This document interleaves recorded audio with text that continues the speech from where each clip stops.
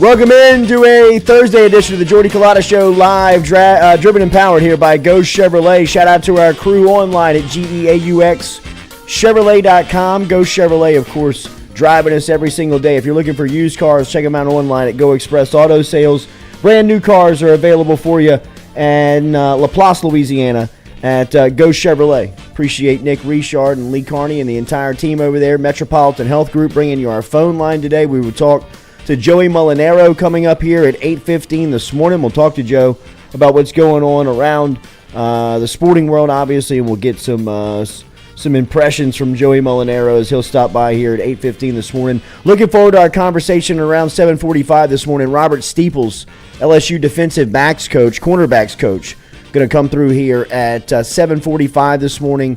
If you have listened to a lot of the player interviews that we have done and produced here at the FM Digital Media Studio, you have heard Robert Steeples' name a lot come up, whether it be in recruiting the transfer portal or making relationships with guys on the roster or just out recruiting the high school prospects throughout the recruiting cycles. Robert Steeples' name continues to come up. He's a hell of a story, right, where he went from a high school coach, went to his alma mater, DeSmet High School in St. Louis over in Missouri, and in his first year was 2-8 with that high school team, then put him in the state championship game. They were the state runner-up and had an incredible 4-year run up at DeSmet High School. And then the Minnesota Vikings hired him. He went straight from high school to coaching Patrick Peterson and the Minnesota Vikings in the defensive backfield. And then Brian Kelly, who had a chance to talk and interview him once before while he was at Notre Dame, was able to rekindle the relationship when he got the job at LSU. And now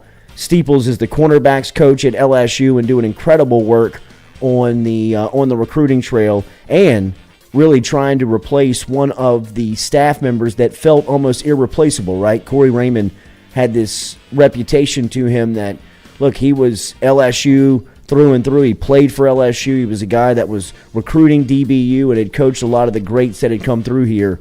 And Robert Steeples seems to have kept up, or at least trying to is keeping up with the pace that Corey Raymond put down in front of him. So we will talk to Steeples about all of that coming up here. 32 years old. Steeples still young in the game as a coach, and now coaching the LSU cornerbacks here in his first year of collegiate football action. We'll talk to him about the experience coming up here at 7:45 this morning. Make sure you hit that like button, share button, comment button. We appreciate you being here to start off your Thursday. Remember, all the interaction helps us out tremendously. So if you can interact with us, jump on with us, we appreciate that very much. Have your comments, likes, shares, all of it. NBA Finals gets back going tonight. Game 6 from Boston. This is a closeout opportunity for the Golden State Warriors. Boston looking to keep this thing alive as it goes back home. We will talk a little bit about that. What's the bet coming up? Another loss for your boy. Ooh. As Colorado wins Game 1 in overtime. Beat Tampa Bay, the Lightning, 4-3. Over. Last night. Over did hit. Well, I didn't realize how much 6 goals was in hockey when I made that bet. And I was watching the games. They got to score a lot. It's like 42 points in football. Yeah, take it. If they're going to set it that high, can't be higher. OT, 7 goals. It'll probably be 7 next game. I've got a Gaussman bet that I'm looking at tonight. Gaussman getting the start for Toronto. We will tell you about what's the bet, but don't forget that you can cash your ticket with Caesar Sportsbook just by logging on and downloading the app and using the promo code FM15. That is the letter F, the letter M, 15.com to get qualified and get signed up over at Caesar Sportsbook. They're going to give you money to bet money when you use the promo code FM15. And one thing we hadn't talked a lot about this week, and we got to start telling you about, we are throwing out the first pitch at the Rougarou game on Friday night. We are looking forward to this. It is the Jordy Culotta Show night over at Rougarou Park at Goldsby Field up there next to Memorial Stadium. So if you're looking for something to do on Friday night, all you have to do at the window, all you have to do when you walk up to the window is tell them that you heard the promo on the Jordy Culotta Show, and if you mention the show at the window, you get 2 free tickets into the game. So if you're looking for something to do on Friday night, stop out, watch a little minor league baseball with the Rougarou, who will be in action. Ronnie Rance will be in studio tomorrow, giving us a little outlook on what the day is going to look like up there at Goldsby Field, but it's going to be Jordy Culotta show night on Friday night at the Rougarou game, and we'll be throwing out the first pitch. So if you mention the show at the window when you walk up to get your tickets, 2 free tickets on the Rougarou to step in. And look, man, it's from what I've been told, it's an incredible, entertaining experience. So bring the kids out, a good Friday night if you're looking to get out of the house. Good food, good fun, and hopefully some good baseball. So we'll be out there on Friday night, throwing the first pitch out, 6:50, 7 o'clock first pitch. Feeling good. I was about to ask, there's no way you've thrown any yet. I have not. No, this seems like a day of you're going to throw about 10 in the bullpen and be like, all right, I'm good to go. I sent a text to Mikey earlier this week talking about how we needed to do a couple of training sessions. He was all in. I have bailed twice on him now with a couple of made-up excuses. I don't have my keys. Yes. 4:30 this thought morning. I lost my keys either. Talking to the wrong guy. Yeah. He called me. I was like, called everybody. Yeah. Called everybody. Turned out to be in my cup holder in the in Kelly's car. Promo code Cup holder. Relief Med Jordy Yes. So it happens. High on it today for sure. High on the Relief Med promo code for sure. The 4:20 wake up call this morning. I could hear my phone buzzing, but it was in my dream. I heard music, and I was like, "This is so weird." And I look over at my phone, just. I was like, "What happened?" Call me. Are you awake? You up? You up? I hit all 3 of y'all. You up? You up? 426. Yeah. I was like, Brian Dryden, you up? He was up? like, nah, man. I'm at the gym. What's going on? Leg day. Yeah. Shout out to our boy Mark Freshart as well, as we've got a new piece for the studio here. As you know, our guy Mark Verrett, who does all of our artwork here in studio. You've seen the watch room with Jamar and Joey, but check out this piece here. Jarvis Landry in the black and gold with the tinted visor, the limo tint visor, that you can see the field and the reflection. Looks great in the black and gold, does juice, even has the tape across the head. Notifying that it's Landry. That's how you know it's one of one. It is a retro, bro. We're in early. Don't let drivers say we're front runners. And remember to follow our guy on Instagram, Mark Freshart. He painted the Louisiana logo here on the back wall. He's got the Camara here over the right shoulder. He's got the Tyrann Mathieu that he took with him yesterday when he dropped off the latest, the Jarvis Landry stand up. He didn't do a little work to the Honey Badger. But if you're looking for an incredible artist, man, who is super talented, obviously loves sports, but more talented and with what he does from an art standpoint, look it up online. His Instagram is Mark Freshart. There you see his logo or his signature right there. Mark Freshart. Hit him up on Instagram to keep up with the latest. Last day of mini camp for the New Orleans Saints, and after a little bit of discussion over the past 2 days, obviously they've been there for a couple of days. They will wrap up today. It seems like this has been very much a positive and beneficial experience for New Orleans. You forget this is the first time in 3 years they've done this. With COVID, with all of the things that's been going on around the league, the Saints were very forward in their COVID protocols, where Sean Payton he called off-season training activities off the last 2 years. I mean, Saints weren't even around the facility for the last 2 seasons, whether it was rookie mini camp, whether it was OTAs, whether it was mini camp, like in this instance where they're going through now. I mean, even the first parts of training camp were very laxed under Sean Payton the last couple of seasons. Saints have a veteran roster, right? There's a lot of trust from head coach to locker room. So that was a lot of the thinking behind, I think, Payton, that he didn't want to put his team in jeopardy of having to miss health and protocol or having to miss days due to health and protocol. So he just said, hey, everybody handle it on your own. We'll keep up communication with you. But, by all accounts, Saints were able to handle that. But you cannot replace what it means to get live reps, right? There's no way that you could ever replace how instrumental being on the field next to your teammates, talking in the huddle, listening to the coaches, getting coached up on the field, in the video room, wherever it may be, in the meeting rooms, and being able to carry that onto the field and have those experience and reps that you can fall back on, that you can go back to, that you can always learn from.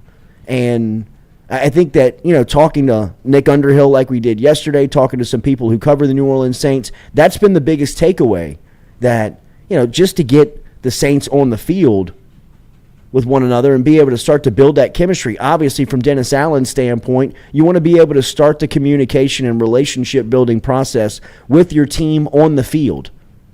A lot of it has been behind the scenes up to this point, right? Meeting rooms and free agent signings and whatever it may be into going to get to this point of the season, the mini camps and the rookie mini camps and the on the field teaching. This will be the last time that the Saints are on the field as a unit until training camp starts in late July. So, look, they've missed these reps the last couple of seasons. I'm not saying because they get them, they win the Super Bowl, but I'm telling you that this is something that, from just a athletic experience, anything really that you do, you can never replace the reps, the live reps. And we've had an opportunity to see what it means for guys like Jarvis Landry and Tyrann Mathieu and people that have been able to exert their influence on the locker room and on the field here very early before ever really taking a snap on the field. Underhill was talking about the relationship that Kamara and Landry have already started to develop on offense. They both had the similar style. They both had that swag to them, but they see each other making plays in these situations, and you already start to see the respect starting to grow for one another. Sure, I'd imagine that Alvin Kamara and Jarvis Landry respected one another from a distance. Playing against each other, you always kind of recognize game, right? Mm-hmm. Game, respect game. And Kamara probably looked at Juice. Juice looked at Kamara and said, man, that's two, that guy's a player, he's a player. Now you're in the same locker room and you're making plays on the same side of the ball, same offense, and those guys just start to develop their rapport with one another.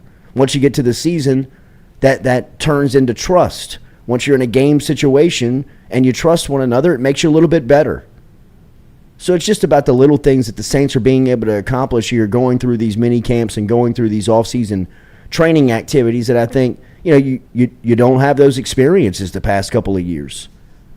And it seems like they're actually enjoying it, huh? Like, if you've seen some of the social media content that's come out from Boot Crew Media, who's at every practice, you see the boys dancing before every rep. They're side bumping the entire time. It seems like the chemistry is already built in. You said game, respect, game, or whatever. It seems like everybody came in. The two vets that they brought in, Tyrann Mathieu and Jarvis Landry, obviously we were excited just because LSU fans, but it feels like even in the league, they were all all right, these two guys are going to elevate us just because of their mindset and the way that they come into a setting and can automatically are revered and respected because of their presence. And the team, I know this doesn't mean it. Really, it kind of you measure it in confidence.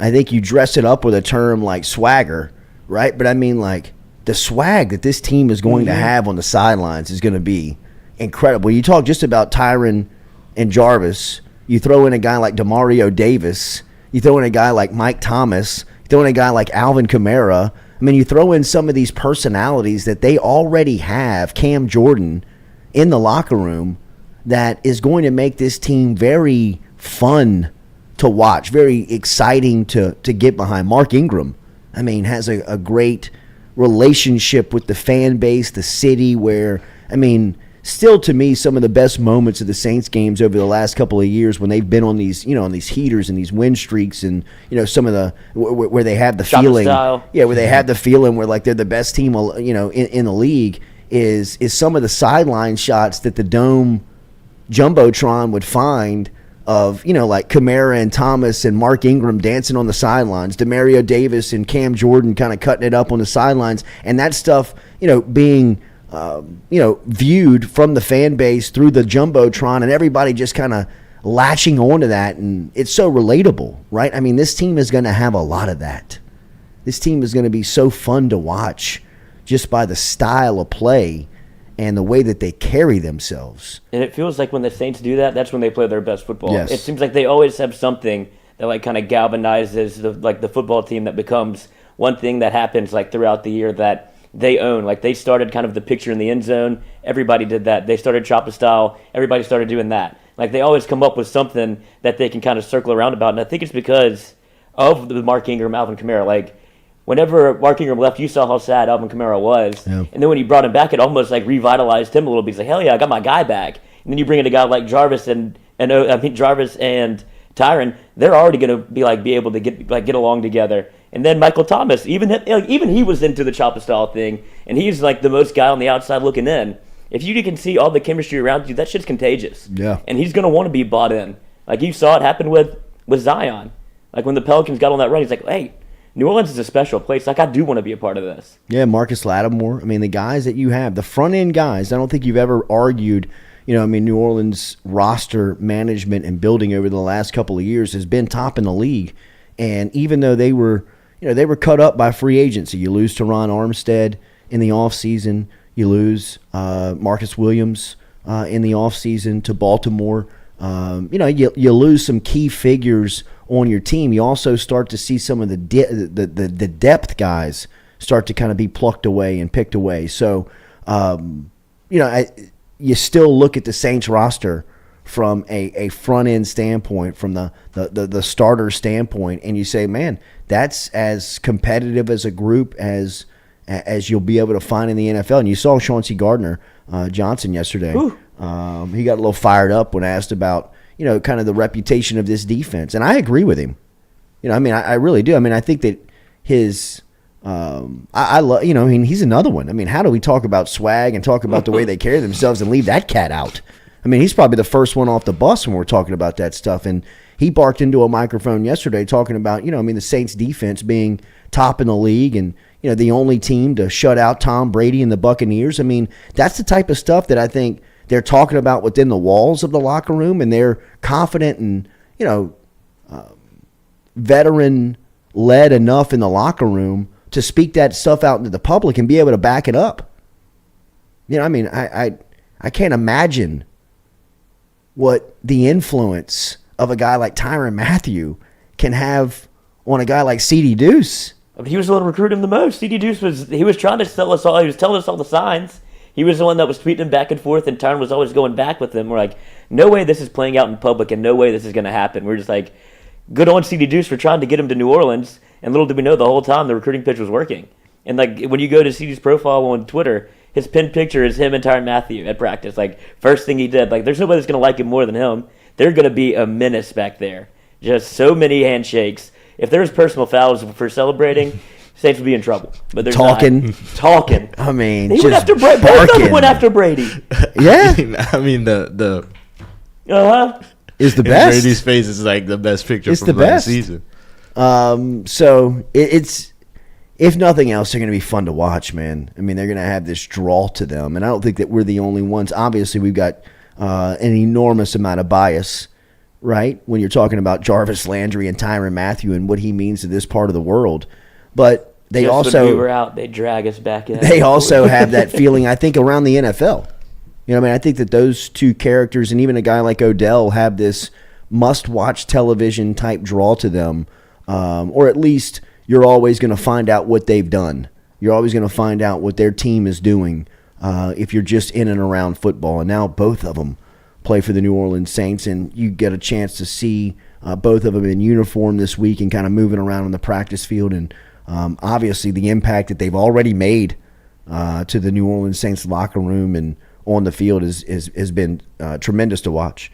Daily, we are brought to you by Barker Brothers Plumbing and Works, specializing in all works of plumbing, industrial, commercial, residential. They got 30 years veterans on the staff. They also are hiring the young future plumbing, the young and up-and-coming plumbers of the plumbing industry. They've got experienced carpenters and plumbers on staff, which mean in your next residential or industrial remodel, Barker Brothers Plumbing and Works can help you out. Number one in the number two business. Remember, get in touch with them today. 225-776-2431. 225-776-2431. If you mention the Jordy Culotta Show, you get 15% off of the bottom line. Not a specific service, not just a consultation or a call. Whatever you need from Barker Brothers, whatever your pain is, they can come help you today. If you mention the Jordy Culotta Show, you get 15% off. Call them today, 225-776-2431. 2431. Not just happening over here in Baton Rouge, or excuse me, not just happening over in West Baton Rouge. They got a couple of trucks working East Baton Rouge every single day. So if you're on this side of the Mississippi and you need a little help from Barker Brothers Plumbing and Works, all good. 225-776-2431. Remember, you're not going to find them on social media. You're not going to find their website. They don't have one. You got to call them directly. 225-776-2431. Mention the Jordy Culotta Show. Get 15% off and work with the best. Barker Brothers Plumbing and Works. Proud supporter here of the Jordy Culotta Show. You talk about what's the bet? Saints win total only at 8. Over under 8, which I feel like smash that. How many games did they win last year? They won 9, then they were 9-8 last year. I mean, you got to feel like they did that with 3 quarterbacks. I feel like if Jameis is healthy, you could smash that 9. I would thought it'd be 8.5, 9 would be the win total. If you can get to 9, they can win 10 games this year. I think they'll make the playoffs. Schedule not doing them any favors, right? I don't think that we can ever count on the NFL to help out the Saints at all. And obviously, their schedule they hit them with the COVID violation. Is going to be a tough one to navigate. But when you just look at the talent of the team, man, and you look at where they are from just the talent standpoint, Roof back end is rough. It's a hell of a schedule, man. It is a hell of a schedule. Bengals, Cardinals, Raiders, Ravens, Steelers, Rams, 49ers, Tampa Bay. Good Lord. That's right in the middle. How much do you need your pinky? How much do you use your pinky? I don't really use mine that much. Maybe even more highlighted. How much do you use the tip of your pinky? Just the tip. Just the tip. Just the tip. Marcus Davenport amputated his. Cut it off. This is coming out of New Orleans. New Orleans Saints defensive end Marcus Davenport had the top portion of his left pinky finger amputated this offseason after breaking a plate from a previous surgery and experiencing an infection. Davenport, who also had surgery on his right shoulder in January, is hoping to be healthy by training camp, but the finger issue threw an unexpected wrench into his timetable. This is coming from our friend over at ESPN.com, Mike Triplett, who covers the New Orleans Saints. Davenport, who told Triplett, doesn't believe it will affect his performance, noting that he had already learned to adjust the bent finger. He insisted that he had maintained a positive attitude throughout another injury-plagued offseason. The defensive end has flashed enormous potential, of course, throughout his 4-year career. It feels like he's been here a lot longer than 4 years. And he hasn't played that many games. I remember when he got drafted. I did too. Didn't they trade a first-round pick? They did? To get him. That was big Sean Payton energy. Yeah. They did. Saints did pick up his 5th-year option, which is worth just under $10 million. He was a 2018 first-round choice. He is scheduled to become an unrestricted free agent coming up in 2023. But Davenport, I guess if I was to amputate any digit, it would be the pinky, right? The pinky feels like it's probably more important than we're giving. Is it more gripping? Is that a gripper? I feel like it is more important than we are giving it credit for. Yeah, it's there for a reason. But how do I use the pinky? How far down the list do you think that was amputation of like the tip of the pinky? Because I feel like Marcus Davenport was like the first one to suggest it. He was like I've heard he went full Ronnie Lott. He's like just cut it off. Just cut it off. When they were like we could just do like little rest, ice, little compression, elevation, the whole 9 yards. Do it the normal. He's like just cut it off. No. I mean, the cutting it off is the play if it's infected, right? I mean, the next thing you know, it might be it. I mean, next thing you know, we're having a discussion about cutting the hand off. JPP. JPP. Bob Marley. Yeah, but I mean, he wasn't infected. He held a firework. He held a firecracker. You know what I mean? Like, sorry, JP. I mean, we're gonna have to cut these 3 off, brother. I mean, you've blown them down to the bone. Would you rather Plexico Burress or JPP it? Plexico Burress, what, he shot himself? Shot himself in the leg in the club. In the club, though. He cheddar bobbed it. Well, I mean, that was just a flesh wound, right? Yeah, but it was awful close to the stranger danger. Yes, yes. How do you think he shot himself? He's like, I'm cool. I'm gonna tough this out. I ain't gonna ruin anybody's time. I think so. He talked about it on somebody's podcast about like the whole situation, and he was like, I shot myself and I didn't know I shot myself. Right, because it was in a like a packed club. It was like and like it went off. I don't think anybody heard it. Nah, like it was just shot went off and he realized. If I recall, I think that it's like the whole thing's caught on video, and I want to say like he misses a step. How does he not walking in the club? Like he misses a step. Oh, and he kind of slips and hits, and when he hits, that's bomb. Yeah, just boom. Wow. Yeah, he said. I'm just reading about this. He said he didn't even realize he shot himself. How, bro? You got to be on one to not realize you tuck one to the quad. Off a And he's beam. like, why are my pants wet? And he looks down at his blood. He's like, oh, thank God. Yeah. Can you imagine being in the strip club? Like, oh, my pants are wet. Oh, no, it's happening. It's happening. I got to get out of here. My leg hurts. This hurts. I'm gonna back out of here real quick. But no, I mean, like, I guess I would probably go Plaxico just because. But I mean, Plaxico, he did hard time on that. Yeah. But wasn't he in New York? Yeah. Yeah, he was at a that's Latin why. nightclub. Yeah. But the gun wasn't his. It was illegal gun ownership. Oh, wow. That's what got him. That's where he needed to not tell anybody. He's like, I can't be. Same thing with Marcus Lattimore. Is this your gun? He's like, yeah. No. No, it's not. Just tell me the truth. Tell me the truth. You won't get in trouble. And he didn't. Hey. Because Plax got caught because he went to the hospital, right? Yeah. Because he reported the flesh wound, and I think because of it was a gunshot, like the police had to follow up. Hey, look. Hey, Plax. I mean, guy just caught the game winner in the Super Step Bowl, outside for bro. us, please. God's sakes, man.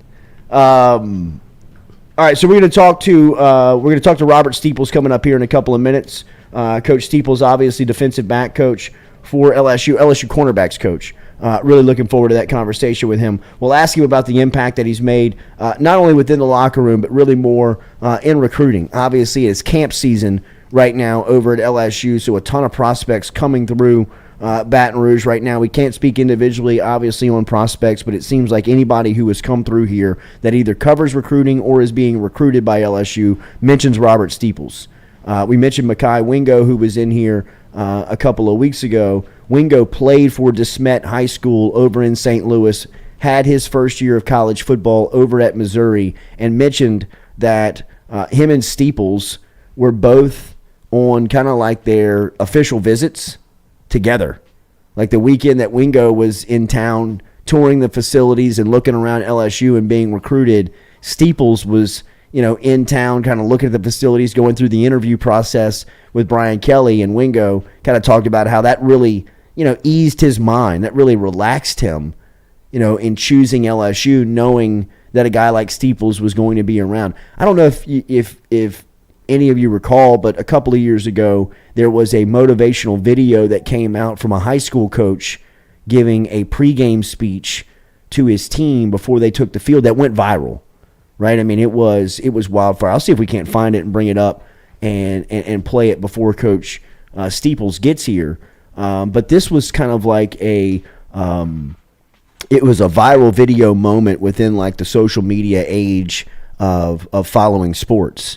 Of somebody just filming a pregame speech by some high school coach buried in the Midwest, and it just like wildfire. I mean, next thing you know, it's on everybody in the country's timeline, and Steeples was the guy. That was the high school coach that delivered that message.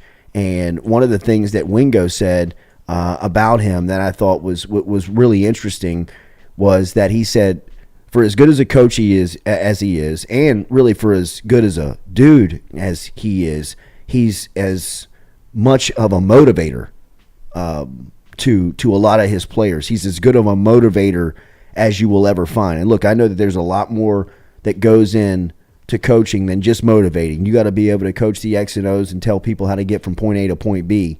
But if you can motivate them while getting them better, and getting from point A to point B, that's the special ones, in my opinion, in the coaching trade. And by all accounts, it seems as if Steeples, checks a lot of the boxes, checks all the boxes, especially from a motivational standpoint. Do we have it, Stewie, where we can play it?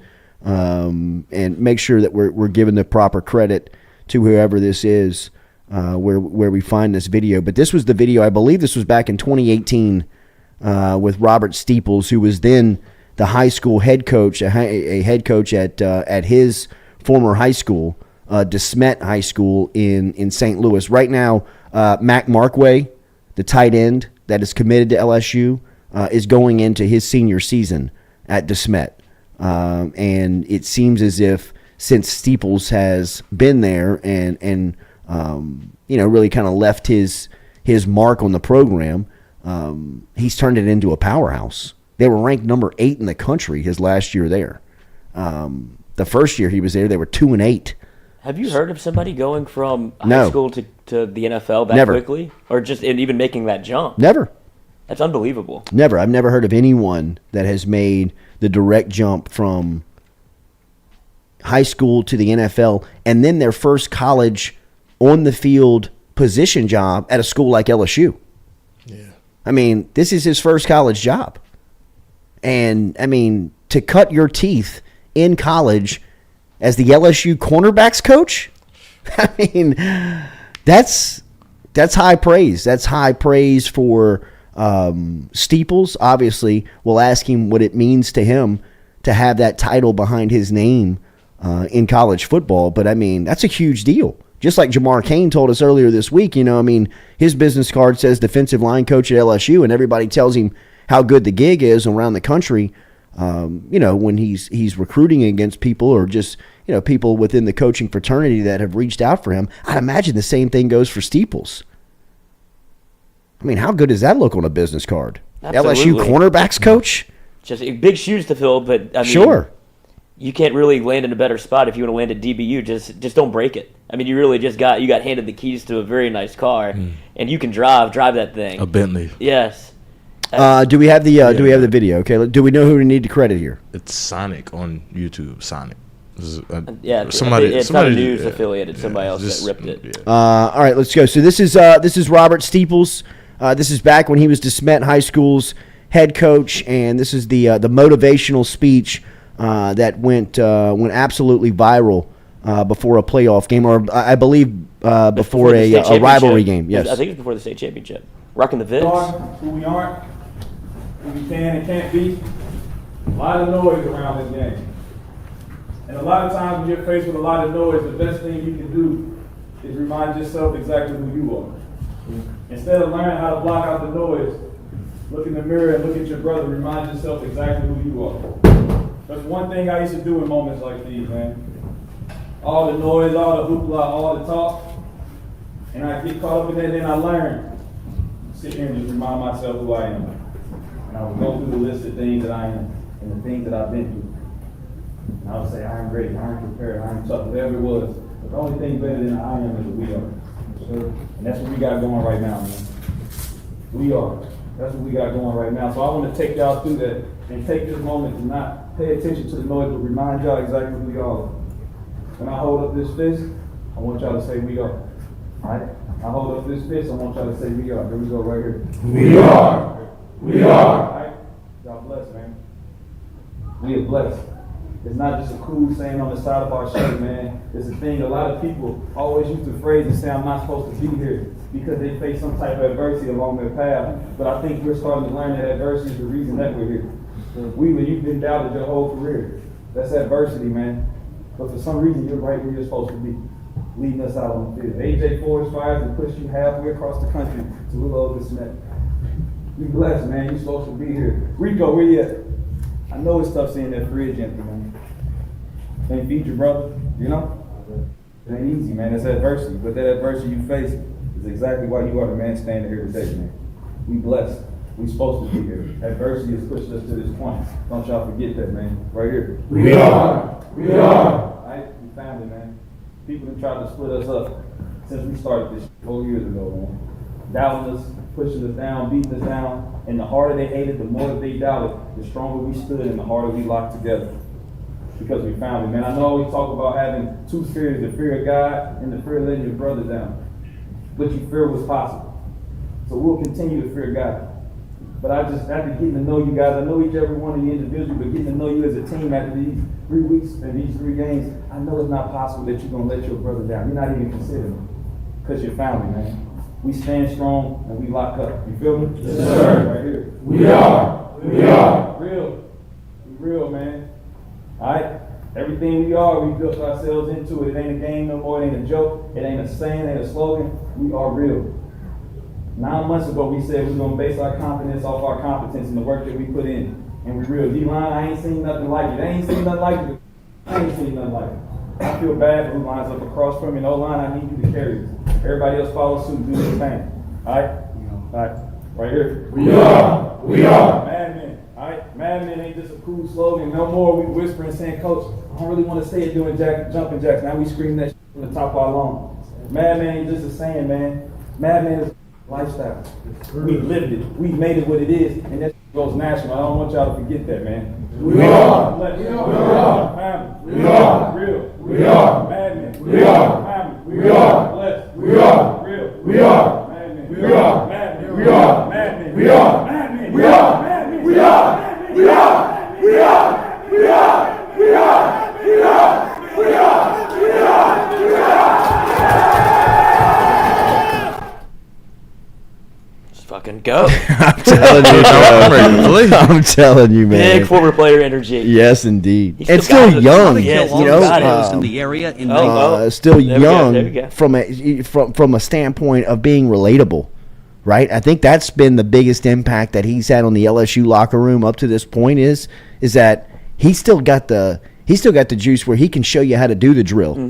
He can still move around out there, and he can still pop you in the chest a little bit to open your eyes up a little bit, right? He can still bounce around and kind of get you motivated, and then he can produce these messages that hit so hard and hit so home with people out there, whether you're 16, 17, 18 years old like those kids were inside that locker room, or whether you're sitting in the studio and feel like you want to run through a wall for a guy, right? I mean, Steeples has that at a very young age, and if you look at what he's done, outside of that motivational tactic that you just saw, he took a high school program that was 2-8 in his first year and had him nationally ranked number 8 in the country by the time that he left. So, I mean, that's a lot more than motivating people. That's showing them how to do it, teaching them up, developing skill, and motivating them to get there. I mean, he feels like he's the complete package. You heard him talking about Mad Men. And when he talks about Mad Men, he talks about an acronym that he's spelling out MAAD, which stands for Mindset, Accountability, Action, and Discipline. When he's talking about Mad Men, and we'll ask him if he carries that message over now from high school to college, what it was like to coach Patrick Peterson for a year, and Peterson's at that time of Peterson's professional life. Right, he coached him last year in Minnesota when, Pat Pete has done it all, right? Collected all the money, got all the awards, been to the mountaintop. How smart of a football player is Patrick Peterson?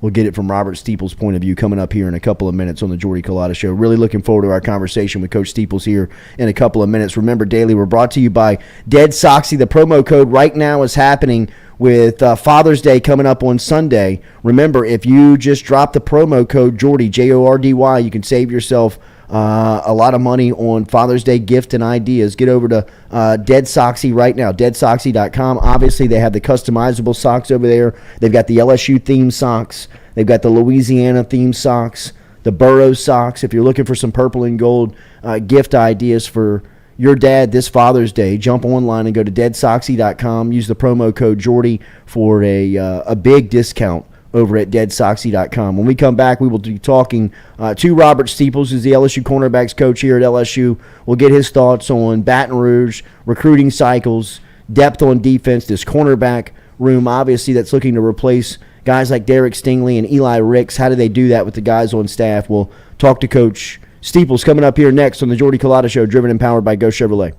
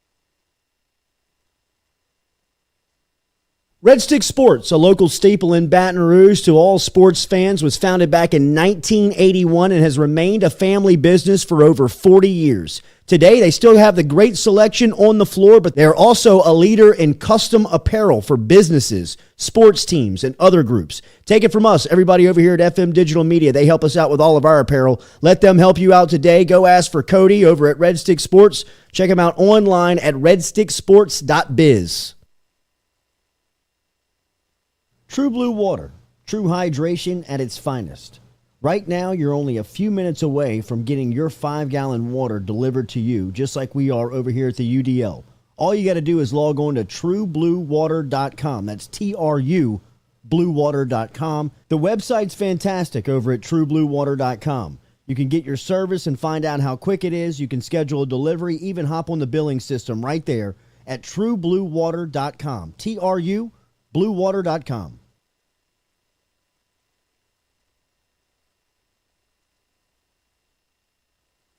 Go Chevrolet is proud to announce Go Express Auto Sales, the new used car lot located in the capital city of Baton Rouge, Louisiana at 11522 Florida Boulevard. Go Express Auto Sales is online at goexpressautosales.com, or you can search them on Facebook and social media at Go Express Auto Sales, the newest addition to the family of Go Chevrolet. Remember, Go Chevrolet is located down in Laplace, Louisiana, but now welcoming aboard Go Express, the new used car lot located in Baton Rouge, Louisiana at 11522 Florida Boulevard. Hey y'all, it's Mikey from Mic'd Up. Catch us live every Monday and Wednesday, 11 to 1. Talk gambling, talk sports, have a ton of guests in here, get a little perspective from the athlete side of it. We got Lloyd in the house, Jay Mitch is in here a lot of the time. It's a fun show, great show. Please like, subscribe, share with your friends. If you don't like it, it's fine. Make fun of us. It's okay. Just get us out there. Share us out there. We having fun. We want to share our fun with you. Like I said, Mic'd Up, brought to you by Sterling Automotive. Every Monday through Wednesday, 11 to 1. Catch us live on YouTube, baby. See y'all.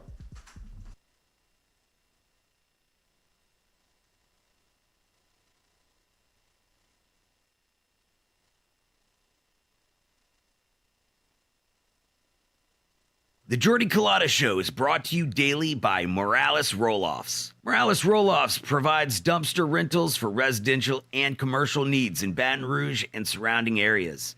Morales has roll-off dumpsters ranging from 10 yards to 40 yards to accommodate all of your disposal needs. Search online, moralesrolloffs.com.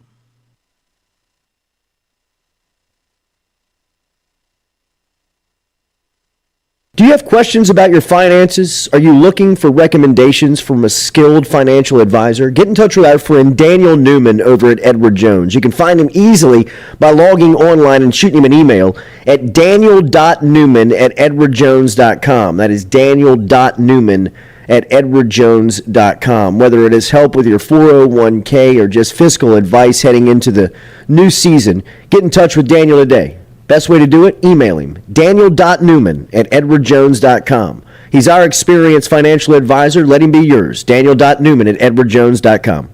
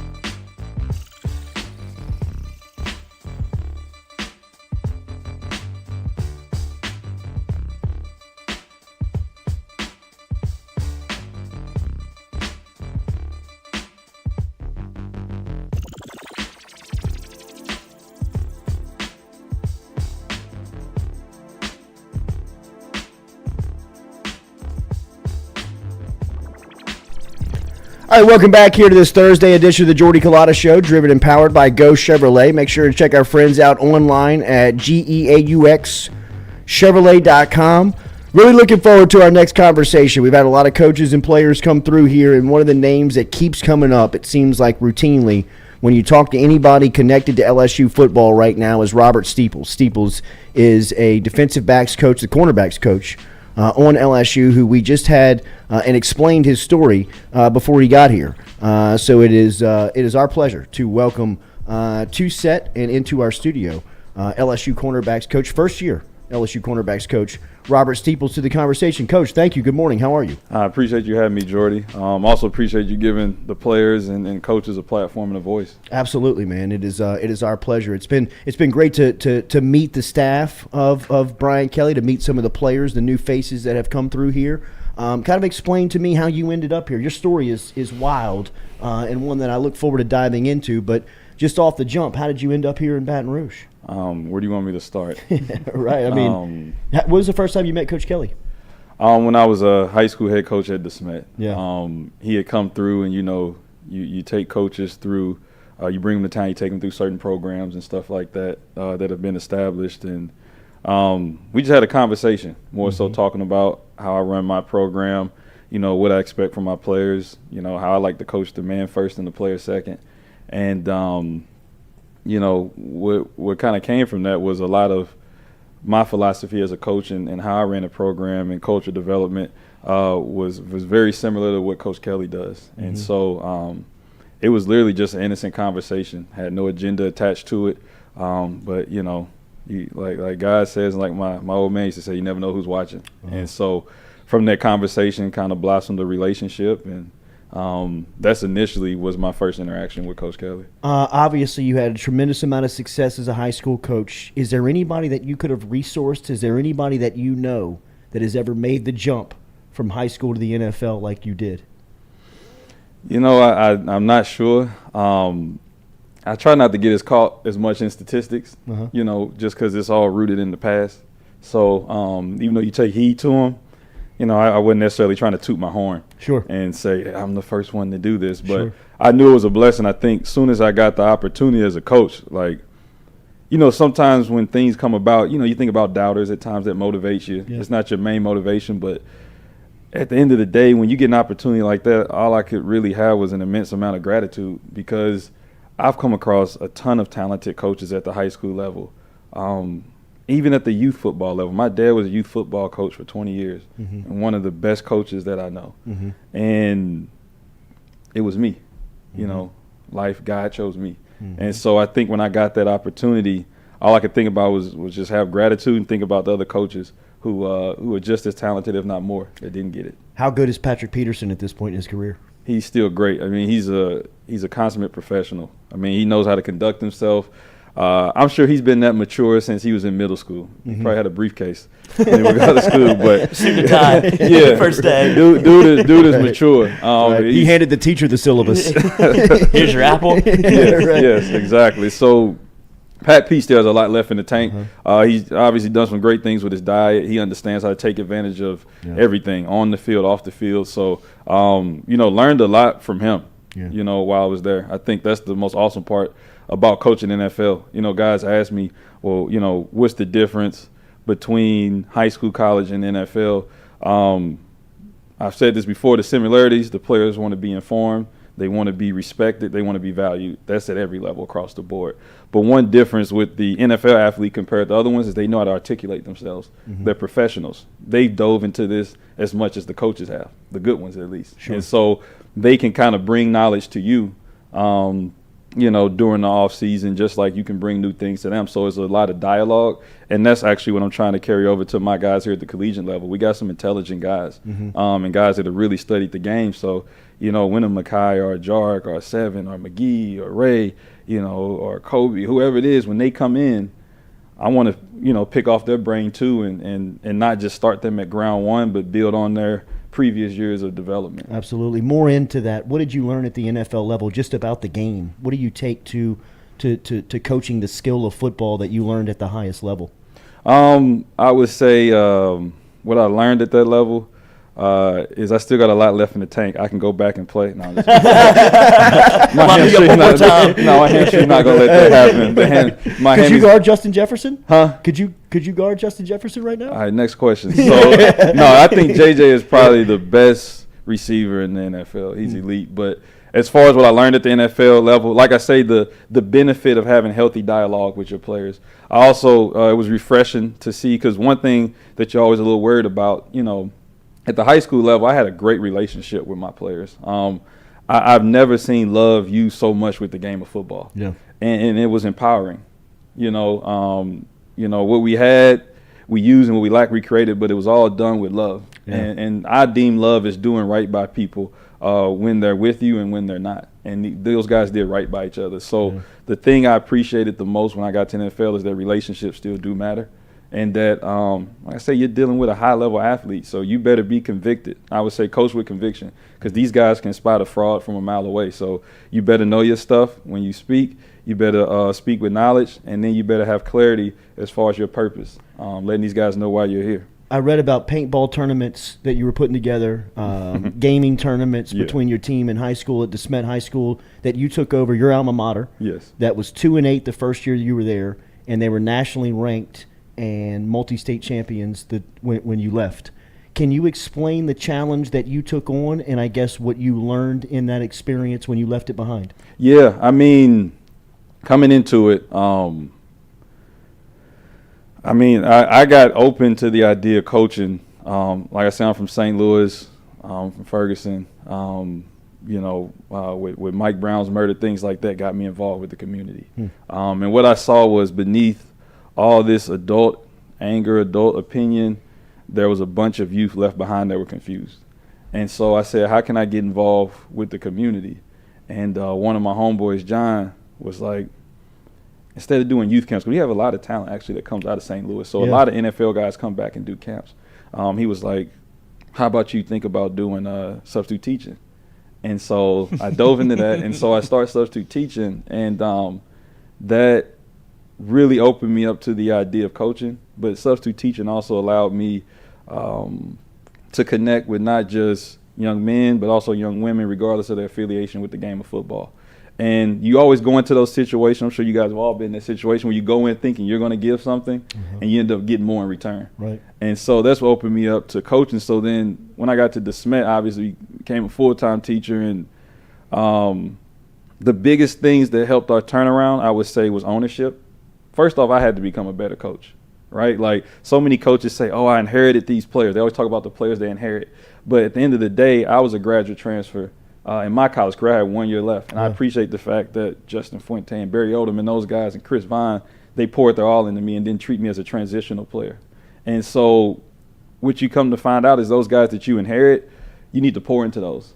As much as you may produce a stud athlete that can come back and tell you what it takes to be great, when you pour into that knucklehead too, that kid that can't do right, and then when he's going and he comes back and he's like, listen to coach.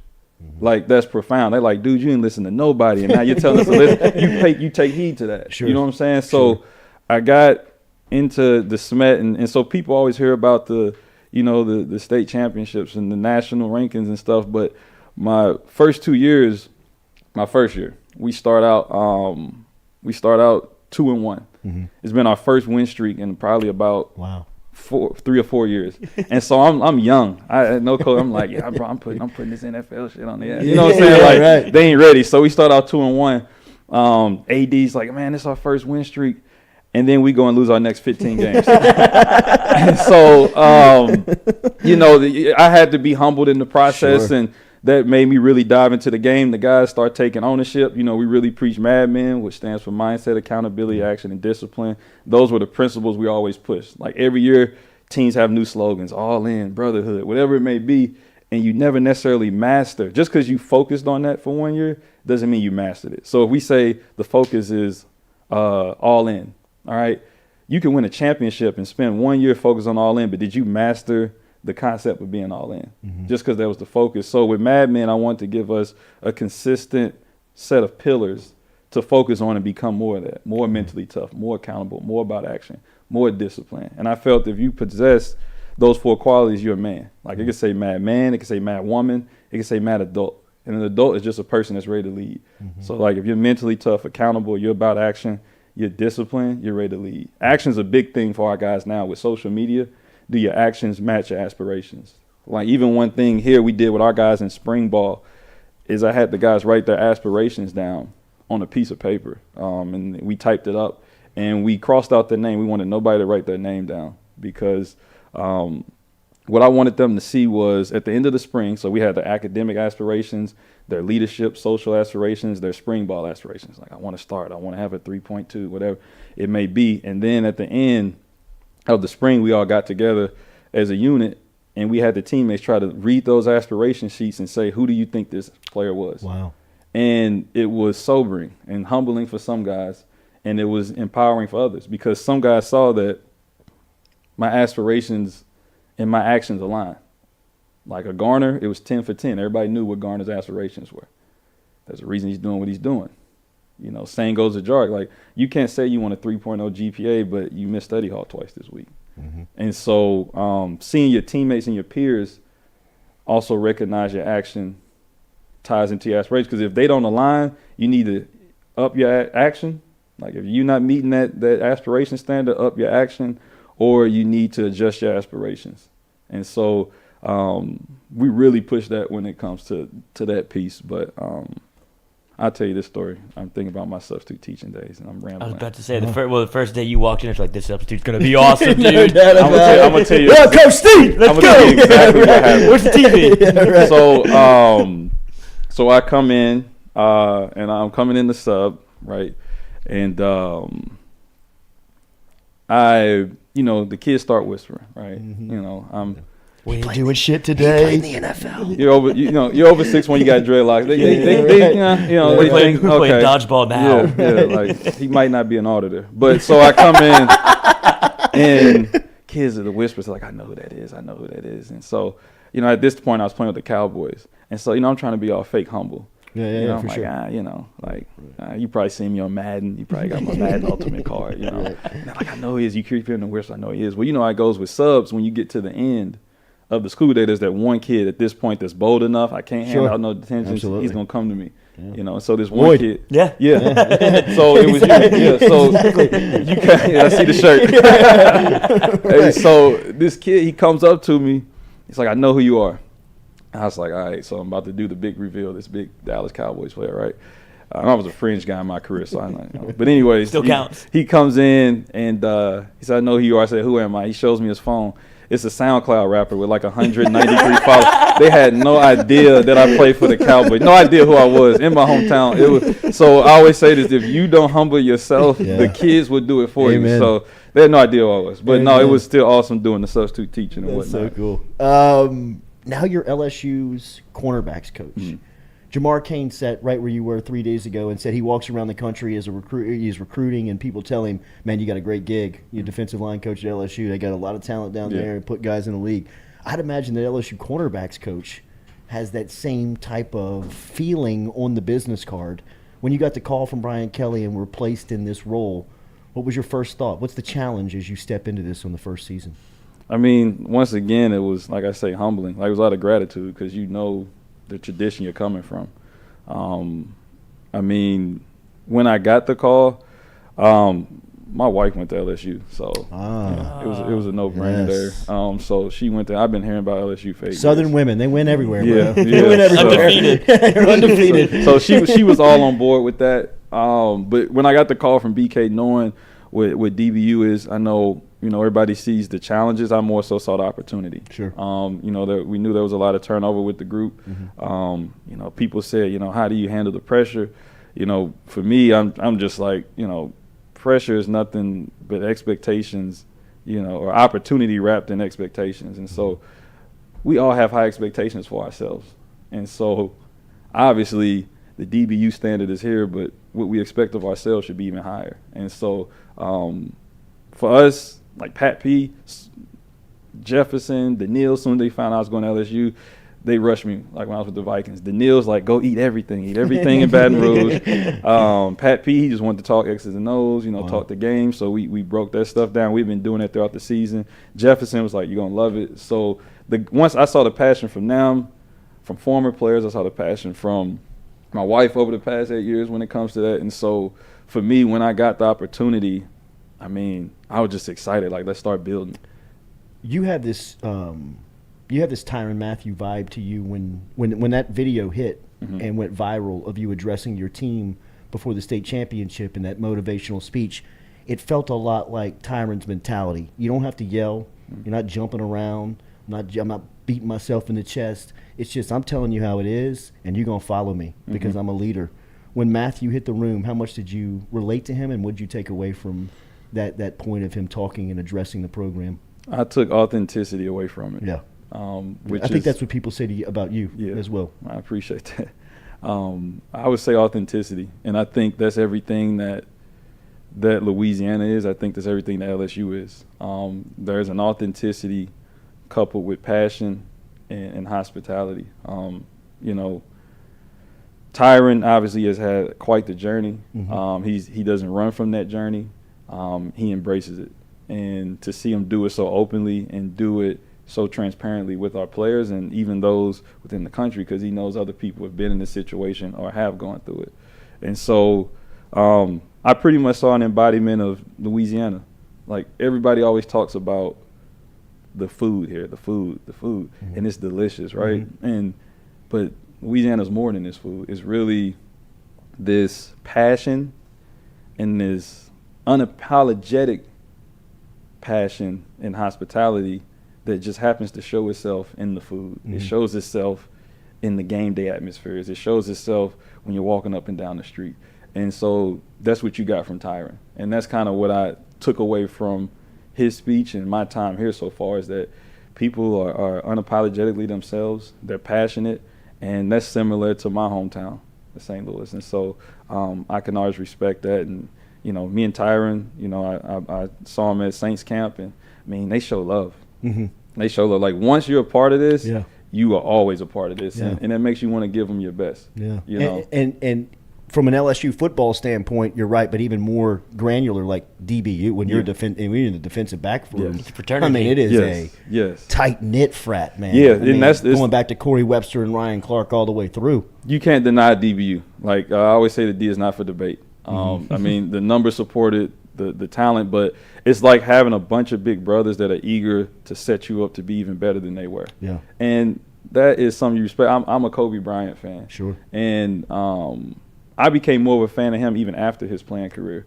Because, like, Jordan is, you know, don't ask Wingo this, but Jordan is the GOAT, right? So when Jordan retired, though, and he did amazing things, he didn't necessarily make it his life's work to pour in other people. He was like, I did my thing, let me see you do it. But, like, Kobe, like, he did it, and then once he was done, he made it his life's work. He made it his passion to try to go and put other guys on game. You got to respect that. And so when it comes to DBU, I think that's the same thing we get.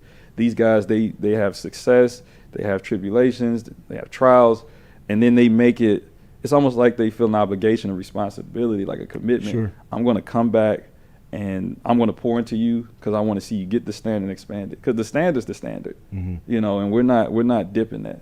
And there's been some great men that have helped set that standard up. And so, you know, it's my job to take that same passion and make it my life's work to uphold it. What do you make of the crew that you're trying to do it with the room? I know that you're replacing the number 3 overall pick in the draft in Derek Stingley Jr. You had Eli Ricks transfer out, who was a notable top flight cornerback, but you brought some guys in through transfer portal and some guys through recruiting.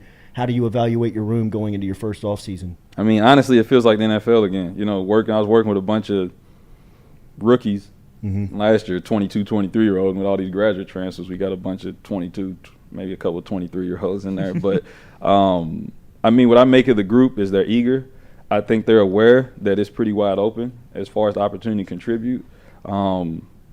I know, like, people say, like, oh, they're aware that I'm a fair coach. Like when I shout, it's for a reason. When I don't, it's for a reason. And it's all dependent on the individual. But these guys, that same brotherhood you see from NFL to LSU with the DBU, these guys are pulling each other to the side, doing drills with each other. And they're competing with each other, but they're also coaching each other up, getting each other better. And I think there's a certain level of ownership they've taken in their development. And right now we got great dialogue amongst the group. But as far as talent-wise, you got some lone corners that can run, some guys that take pride in also the cerebral part of the game. But at the end of the day, they want to be complete DBs. Like we always say, like if it's in the air, shoot it down, and if it's on the ground, you kill it. And so that's going to be our mentality. Like, and they understand it's going to take work to get to that. And so they've embraced that daily grind. And so I'm very fortunate. There were some super talented dudes that went on and graduated and got their opportunity in the NFL, but also there's some guys who are hungry who can also get to that standard as well. Alignment is a word that we hear a lot coming out of the program right now, whether it's players or coaches that are coming through here. The alignment on the defensive side with Matt House and you and Coach Cooks and everybody that's on that side of the ball coaching them up. How's that relationship worked through spring up to this point? Yeah, so like House is like X's and O's is extremely impressive. He's the professor. Like every time we meet as a staff, you learn something new. He's got a file cabinet of different ways to scheme up defense and attack offenses. You know, with Jamar, he's produced everywhere he's been. I mean, I've seen him. He comes from rooted in a great program at NDSU at one point. He recruited my high school, and Jamar's produced at a high level, and you can see the D-line getting better. Kerry, well-traveled. He's got a wide net of knowledge when it comes to different systems, and he's 22 years in the game. And so, and then you got our support staff, you know, Antonio and JJ and Chuck and Pat, Nico, Greer, Jacob. Like, when we get in that meeting room, everybody's doing their part. I think right now we've getting past that point of learning each other and putting people in place to succeed, but there's been a lot of crossover. Like, there has been alignment, but there's been a lot of crossover too. Like, hey, here's a thing that the corners do that the linebackers do. Hey, let's work together on that. Here's something that the D-line does and impacts the safeties. Hey, let's cross over and work with that. So it's been a lot of crossover work, a lot of cross-training. And so our guys are just expanding their knowledge of football generally. And like I say, it's been a good thing so far. And the guys aren't afraid to play with passion. So I like that. Seems like you have taken recruiting and run with it. Seems like you are really good at this part of the game. What have you made of recruiting and what goes into being a good recruiter for somebody that's so young and fresh to it like you are? I appreciate you calling me young. I would say, you know, the number one question people ask, like especially guys coming from the NFL, is how's the recruiting? Like almost as if it's a daunting thing. And I choose to look at it this way: is like what we're presenting these young athletes with is an opportunity to change their life. And I'm a key evaluator in that process. So instead of being like, oh, I got to recruit, it's like I'm a key evaluator in a process that'll change somebody's life, maybe the whole family dynamic. So you have to approach it that way. I always say, you know, don't be a salesman, be a steward. A salesman's got a product they push. A steward, they have something that they believe in. And so for me, I wouldn't be at LSU if I didn't believe in the approach. I didn't believe in the product. And so when it comes to recruiting, you know, I kind of dig in my teacher roots. I want to educate you because the goal isn't to get a kid to sign here. The goal is to get them, as Coach Keller would say, graduate champions. I don't just want to get you here for a year, especially with the portal. I want you to be convicted. Do your research, check out everything you got to check out. I want you to know this is the place you want to be. I don't want you here at 5 a.m. and saying, what if? And so for me, the recruiting piece, obviously relationship is huge. You know, but there is a selfish aspect to it for me as well. You know, like relationship, a lot of times when coaches say relationship, they're really just talking about, hey, I want you to learn how to be comfortable with me. Like I want you as a prospect to be comfortable with me. And that's the relationship piece. But the selfish part, I guess for me, is I want to know the weight of your aspirations. I want to know your goals because that's what's going to get me out of the bed every morning. Not every day do we wake up and say, oh, yeah, it's football. It's a grind. But to know, hey, Micaiah, Demarius, or whoever, Jark, they're counting on this, Seven, they're counting on this. Like, I got to do my part. That's going to get you out of bed. So carrying that weight brings the best out of me. Probably the same way it did at DeSmet, and it's similar with the Vikings. And so my recruiting, the relationship is huge. The education piece is huge. But just like I have to coach with conviction, I got to make sure my guys are convicted to be here. Absolutely. You mentioned the transfer portal. How has that changed the approach? How does that measure the approach in recruiting? You guys obviously cleaned up in the portal because of the turnover that you had, and it looks like a lot of the starters that you have, especially at your position, will probably be transfer guys. What's that approach? For me, this is all I know. Like everybody's like, how's the NIL? How's the transfer portal? And I'm like, well, this is my first year at the collegiate level, so this is all I know. So this is normal to me. The portal, anytime you have a transfer, even in high school, we don't recruit in high school, but just state champions. Anytime somebody wants, y'all like these? Oh, I dropped one. I dropped another one. Don't be careful. I got my butt humbled last time. But so like with the portal, I would say anytime a young man transfers and it catches you off guard, that means you aren't in tune with their relationship with them. It shouldn't come as a surprise. You should be checking in with these guys. So with the portal, if your relationships are strong, you will understand, you'll know, okay, well, if it's strong and this kid understands what's going on, the process, his path, you won't have as many transfers. But also, if you know the young man, if he does decide to, you also have an awareness of why, and you can respect that. And so, the portal is just a reminder. Anytime somebody hits that portal, it reminds you to tap in with the relationships with the guys around you. There was a curious player out of the portal that you guys got and has been on campus for a while, but nobody has really heard a lot about him. But Seven Banks is a guy that's come in here with a lot of just a lot of buzz about him. Yeah. What have you made of his short time in Baton Rouge? Very intelligent, very eager to learn, confident. And so for him, he's come in. He's not tried to act like he's above anybody. He's just come in and learned and said, I want to do my part. And so he's extremely talented if you just watch his film from previous years. And so I think he's a guy that's going to fit in with this group. We got a bunch of guys that aren't afraid of hard work, and Seven understands that. You mentioned what the room gave in return to Makai when you gave him the exercise and just trying to put some characteristics down on paper. He struck us in this studio. I mean, he was kind of a wow when he came through here. What have you made of the UL transfer here early on and having a chance to coach him?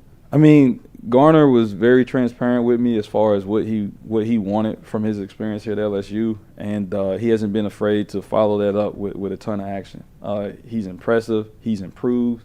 I always tell the guys, humble yourself to receive the coaching, because these guys, especially when you get these transfers, they've been coached up different ways. They all come in at different levels, different foundations. And Makai, we've had great dialogue as far as taking the foundation he had coming in and then building on that. And so, I mean, he's become a leader for our group. He's become a reliable, a source of calm when you look out there and see him on the island. And he's playing bully ball. And that was the big thing. I was like, you're a big corner. The weight is not to just tip the scale. It's to put paws on people, make them feel you. And so he's embraced that approach. But, I mean, he checks all the boxes as far as what you want in a leader. He conducts himself well off the field. He pushes his teammates. He gets extra work in with the group. And then if ever there is a hiccup, he takes full ownership. And so he's awesome to have in our room, and he's kind of become the voice. What's your vantage point of the SEC as a coach coming into it, and what do you expect from it when you get into it every weekend next season? Oh, it's football Hollywood. It's, if you want the smoke, you're going to get it. If you want the pressure, you'll have it. And so I'm enjoying it. I know if you approach the SEC in those type of situations the right way, it brings the best out of you. And so, I mean, every time those guys step on that field, we had our first practice in the stadium in Death Valley, and just everybody just kind of paused and had a moment because you realize, like, we're here. This is real. This is where it goes down. And so for me, my impression of SEC is highly competitive, but they're coming into it, and that's what you want. Yeah. So, I mean, I'm excited. I'm confident moving forward. Team is under the monitor of Jacob Flint right now, and it seems like there's been a really good return to what he's doing and kind of forward thinking in that aspect of getting the team into shape. What have you made of his program as you kind of wait on the crew to arrive in August? Yeah, I mean, with Jake and his staff, they do a heck of a job of making sure everything is intentional. Everything ties together. Like, if we're going to do something on the field with conditioning, it's not just – we're not track practice out here. We're getting ready for football. And also they're doing a great job with the mental performance aspect as well. Yeah. And so it's physical conditioning, but it's also mental conditioning. And so Jake is doing a really good job with that. And you can see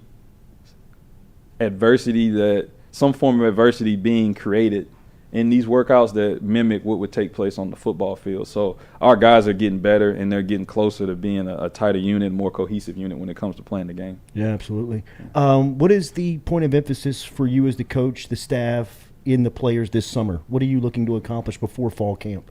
I mean, just polish, like just laying a firm foundation, making sure we thought it was firm coming out of spring, but just making sure it's solid, catering our scheme and our approach to our players. We kind of have an idea now. That's the big benefit of spring ball is you go in with a lot of questions and you hope to leave with a lot of answers. We kind of are like, all right, this is kind of the idea who we got. This is the direction our team's headed. And now it's our job to cater that to them. And so that's really been the big emphasis is our standard's the standard, and it must be, like I say, supported throughout, like you say, alignment. Yeah. All right, and then we got to find a way to show that in every way. I think Coach Kelly does an amazing job of taking everything off the field and making it matter on the field. If you're doing right in class, because everybody thinks of discipline as repercussions when you're always negative, right? They always say discipline, I'm telling you what you're not doing. But the other end of discipline is also celebrating when they do it right. Mm-hmm. And so there's just as much, if not more, effort in celebrating the guys when they're doing it right as it is, reprimanding them when they do it wrong. Yeah. And so that's kind of been the approach with Coach Flint. That's been the case with Coach Kelly. Guys are seeing the standard's a standard, it ain't changing. Mm-hmm. And so it's showing itself on the field, and that gives me confidence when these things are clearly communicated across the board. So it's nice to see. We just go out and watch workouts sometimes. Yeah. And you leave every workout we got better as a team, not just as an athlete. Is the food as good as it cracked up to be? Oh, yeah. The food is good. In my family, if you can't cook, you ain't nothing. All right, so you got to be able to cook. But the food there is amazing. At one point, I was looking more like a linebacker coach than a corners coach. But no, we're enjoying that down here, and so we find a couple different spots to try to hit, and I've become known as the team foodie. I used to have a Food Network app on my phone. It would locate any. It's like Tinder for hungry folk. So it would locate. It's a match. Yeah, if you Swipe were right, anything swipe that's right. been on Food Sheesh. Network, it would be Hungry. like, oh, you're here. Okay, all right, let's go here. This is where you can find. And they say the food that was on there, and they say what episode and show it was on. Like it's Diners, Drive-In, and Dives. Go eat. So I've kind of become the foodie, and a lot of those places on the map happen here. So I'm grateful. I mentioned the transfer portal, how y'all cleaned up.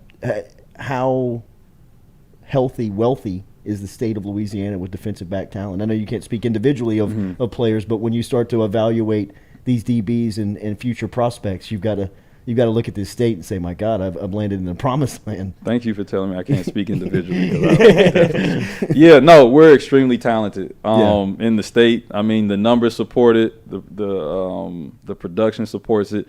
It's always going to start here in Louisiana. And so, for the foreseeable future, from what we've seen during the camp circuit, we're loaded in state with talent, and especially at the skill position, with DBs in particular. So I'm grateful for that, because some areas, as you try to lock down the borders, you're kind of at the mercy of the region. But here, it's these coaches, they do a good job, and it must be something in the water. But they do a good job getting these guys ready to go. And the good thing is it's very clear if you're a DB, the place to be. Yeah. And so I'm learning the different regions, but we're loaded with talent. What is the expectation on guys coming in like LaTerrence Welsh and I know that you had one more, Davis Robinson. Yep, Jalen, yeah. And then even Jordan. The first thing is getting them established academically.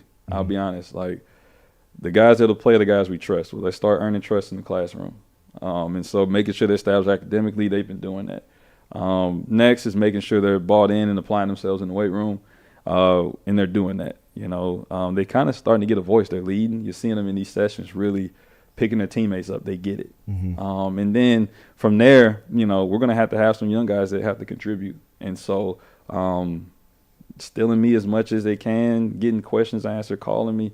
Whatever we got to do to get you ready, because when the season's here is here, and we're going to need those guys. So LT's looking good, and so is Jordan, and Jalen will get up here shortly, and it'll be fun to get that whole group together. I know that you don't coach him individually, but you coached him in high school, and when he came through here, he mentioned how much you meant to him committing and being at LSU now as Mekhi Wingo, the defensive tackle who transferred in from Missouri. He seems like he's one of those program guys that can help you on the field and is a class act off the field. No, man, he's a leader. He's, anybody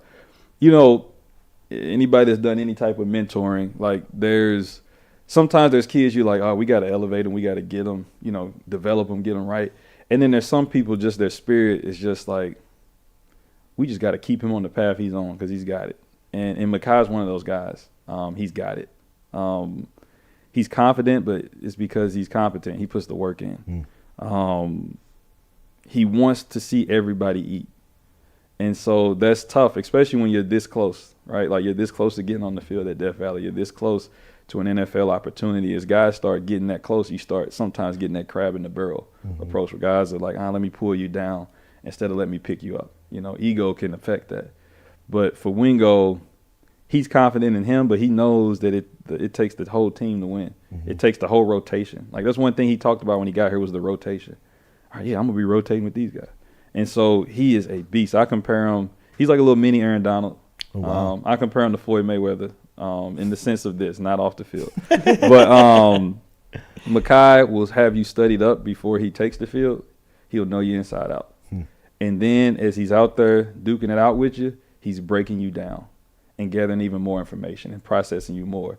And by the time the third, fourth quarter is here, he knows your middle name, the last 4 digits of social. Like he has broken you down. He's in your and back he knows, pocket. yeah, he knows everything in his skill set how to attack you. Wow. And so the scary thing is I've seen this already over the course of 4 years as coach. He did all that stuff as a freshman.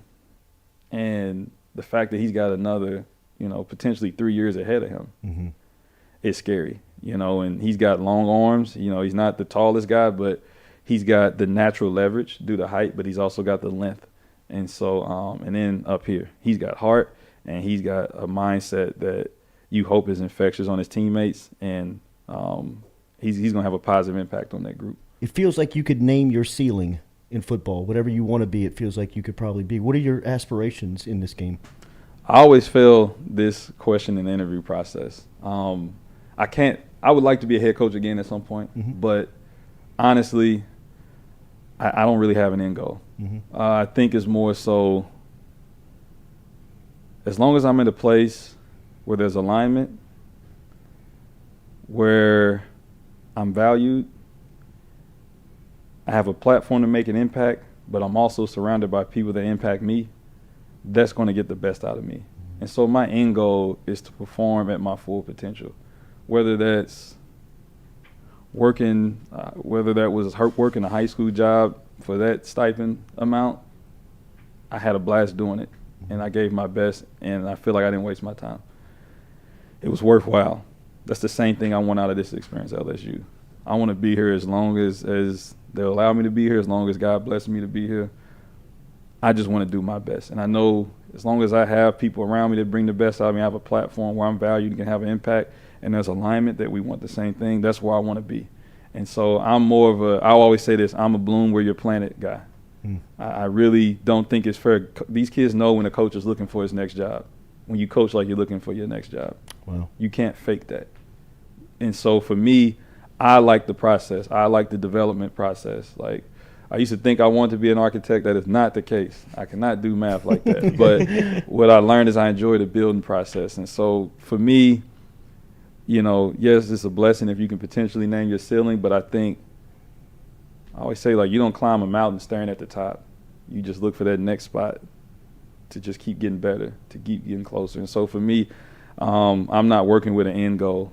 Honestly, I'm working just to perform to my potential, have a major impact. I got to pay it forward. I had coaches like that in my life, like Coach Vine and like B.O. and like my pops. And I seen the impact he had on people. I got to pay it forward. I'm a foodie. If I eat something good, like if you go to Chimes and you eat that pecan praline bread pudding, if I eat it, I'm going to say, try some of this, right? That's how I approach food, but that's also how I approach life. If something's been good to you, I get joy out of knowing somebody else is allowing it to be good to them. Wow. And so I just want to do my part.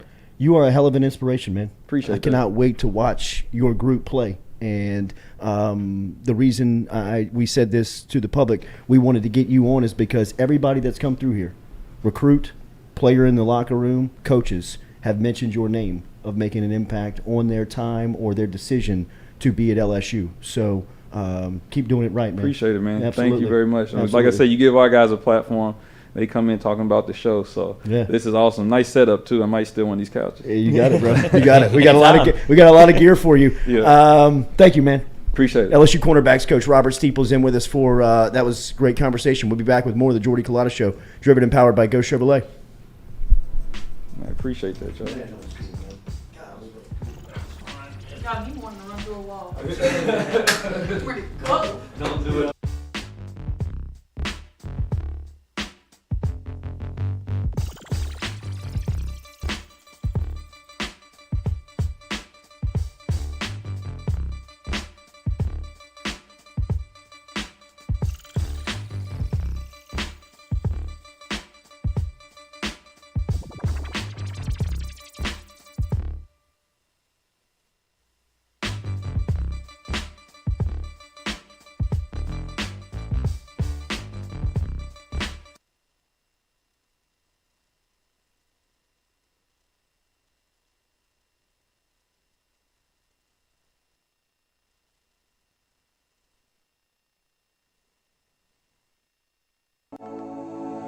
Looking to book a dumpster but no idea how? We've made it quick and easy for you. Check out our website at moralesrolloffs.com. Let Morales Roll-Offs know your desired delivery date, and finally, provide your contact details. To make payment, look out for an email invoice with all your booking details. On delivery day, our driver will notify you through text and email that your dumpster is ready and on the way. Now you know how easy and convenient it is. Call Morales Roll-Offs at 225-427-0000 for your dumpster.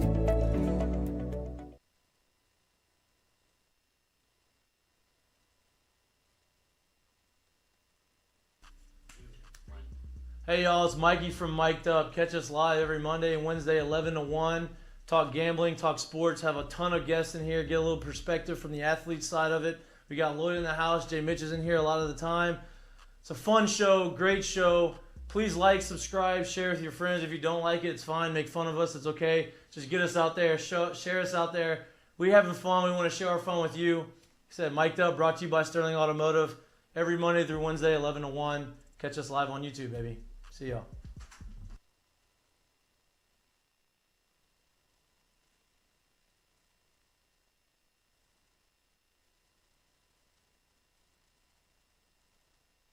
Red Stick Sports, a local staple in Baton Rouge to all sports fans, was founded back in 1981 and has remained a family business for over 40 years. Today, they still have the great selection on the floor, but they're also a leader in custom apparel for businesses, sports teams, and other groups. Take it from us, everybody over here at FM Digital Media. They help us out with all of our apparel. Let them help you out today. Go ask for Cody over at Red Stick Sports. Check him out online at redsticksports.biz.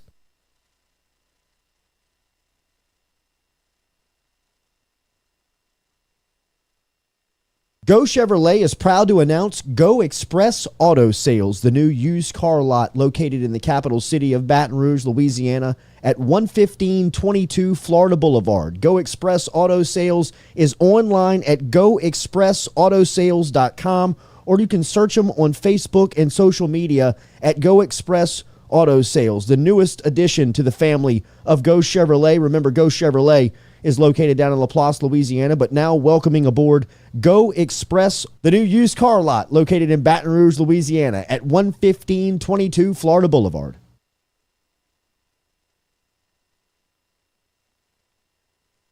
The Jordy Culotta Show is brought to you daily by Morales Roll-Offs. Morales Roll-Offs provides dumpster rentals for residential and commercial needs in Baton Rouge and surrounding areas.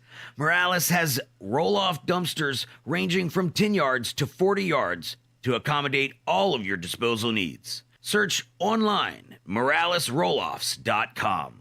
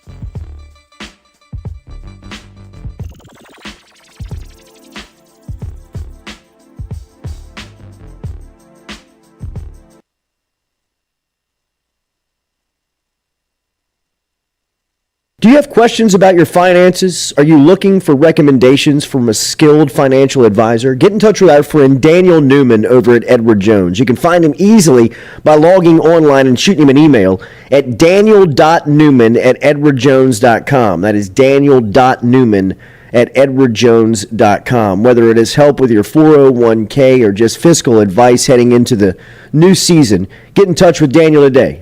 Best way to do it? Email him, daniel.newman@edwardjones.com. He's our experienced financial advisor. Let him be yours, daniel.newman@edwardjones.com. The Jordy Culotta Show is brought to you by A-Bears Lawn Maintenance. Commercial or residential, A-Bears Lawn Maintenance is ready to work. A-Bears can tackle all your homeowners association requirements. Call Blake at 225-485-8022. A-Bears Lawn Maintenance. Go Chevrolet is proud to announce Go Express Auto Sales, the new used car lot located in the capital city of Baton Rouge, Louisiana, at 11522 Florida Boulevard. Go Express Auto Sales is online at goexpressautosales.com. On my phone, or you though, can I'm search walking them on around Facebook Hoboken. I and don't have a social computer. media at Go Express Auto Sales, the newest addition to the family of Go Chevrolet. Remember, Go Chevrolet is located down in Laplace, Louisiana, but now welcoming aboard Go Express, the new used car lot located in Baton Rouge, Louisiana at 11522 Florida Boulevard.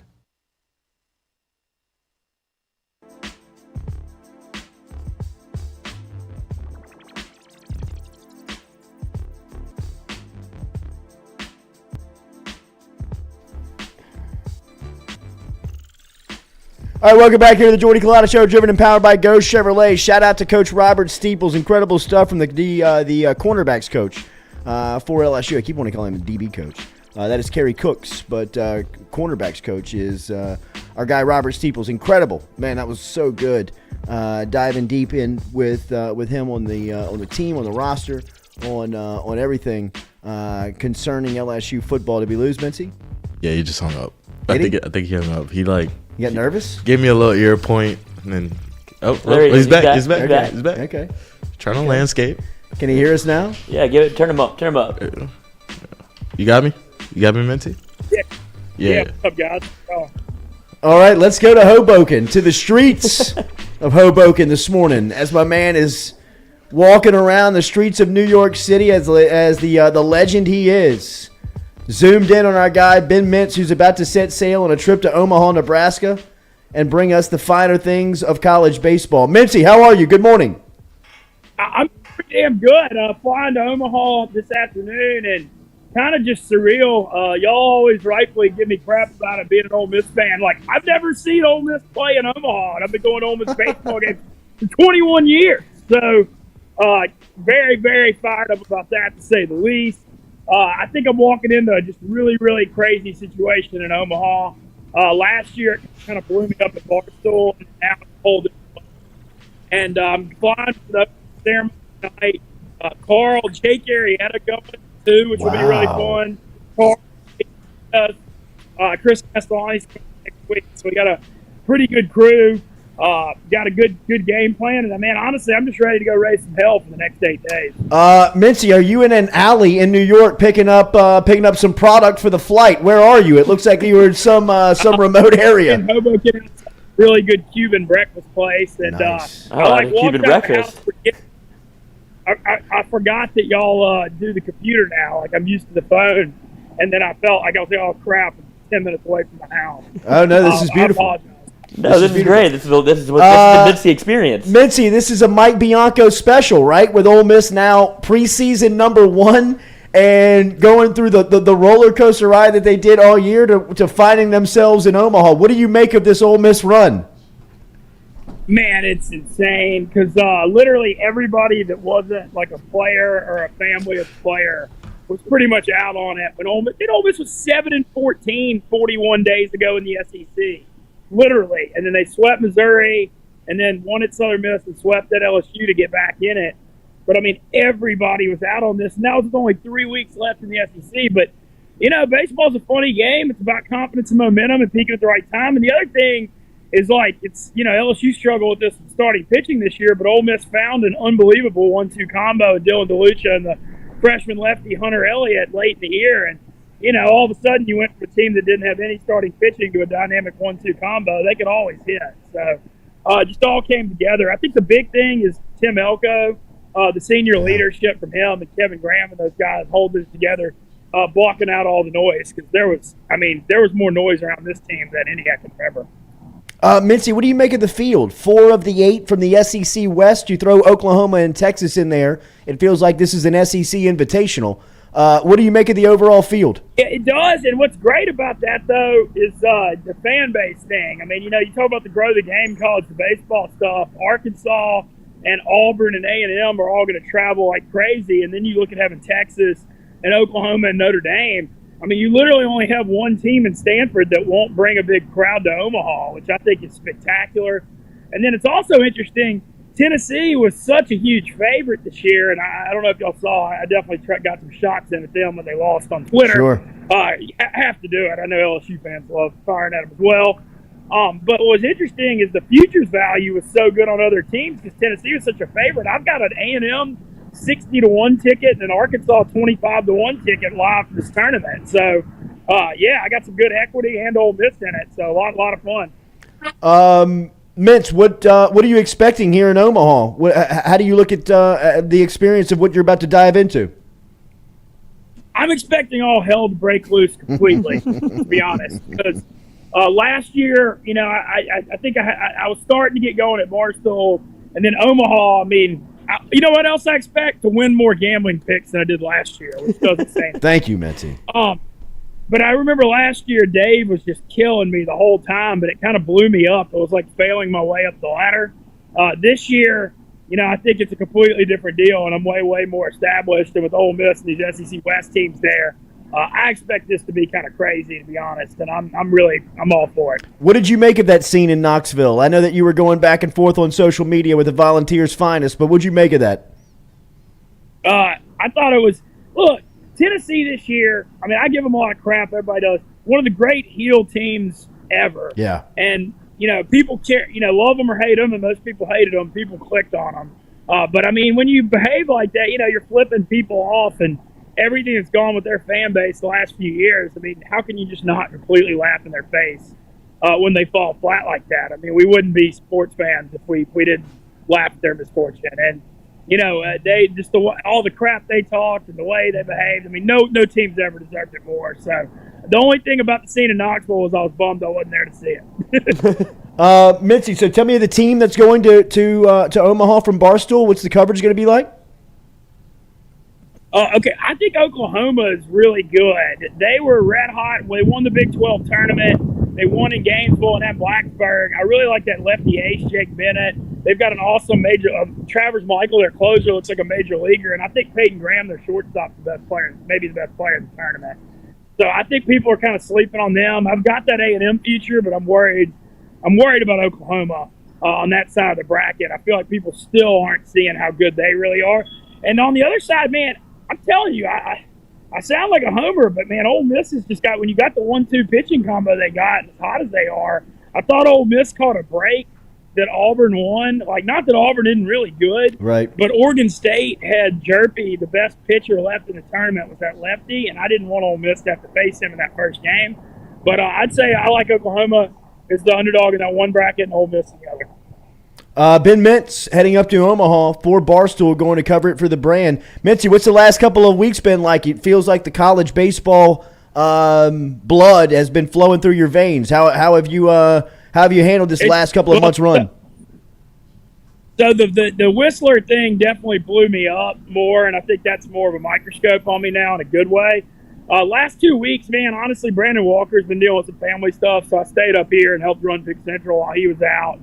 And honestly, I had the best time just watching. I just was sitting there watching 5 or 6 TVs, watching the tournament, and I caught fire on the college baseball gambling. I hit a parlay I hit like a 36-1 14 parlay, and I'm up like 51 units on the NCAA tournament. I mean, I've just been smoking hot the last 2 weeks, and I'm more than made sure to throw that in Dave Portnoy's face on the rundown the other day because of how much crap he gave you last year. But that tournament here has been great, and I don't know if y'all saw Billy Football and I fighting over intellectual property and stealing my shirt. It really, really pissed me off. And so that came up with the Portnoy show this week too. But I think we've come to an agreement that when I come out with my shirt, him and Pardon Take have to promote it. So I think we found a good compromise. Mincy, enjoy Omaha. We will be checking with you on the regular up there in Omaha. Sounds good. And I'll make sure I have the computer and I'm not walking around. Good, bro. It's all good. Your ears are clean. We can confirm they are clean. We'll see you, buddy. There he goes. All-timer. That's what you get with the Culotta show. You get a 30-minute sit-down with Coach Steeples, and you get Ben Mintz's ear. RMB Builders brings back all of our sound. Remember, Rhett Bourgeois and the crew, rmb-builders.com, rmb-builders.com. Want a custom design home? All good. Want to refurbish the one that you're in? No problem. If you need help building or redesigning the house? All good. RMB can help you out. Rhett Bourgeois and his crew. Get in touch with them. rmb-builders.com, rmb-builders.com is where you can find them. We had to move on Mulinaro. That's our fault. We went really long with Steeples, which was fantastic. Obviously, Joey a little busy with the schedule. That is our fault. We will make sure and get him back on the schedule before too soon. We will also talk to Frank Alessi here from on the Podium F1 podcast. Before we get out of here, give us a minute. We'll reset. We'll be right back here with more of the Jordy Culotta Show, driven and powered by Go Chevrolet.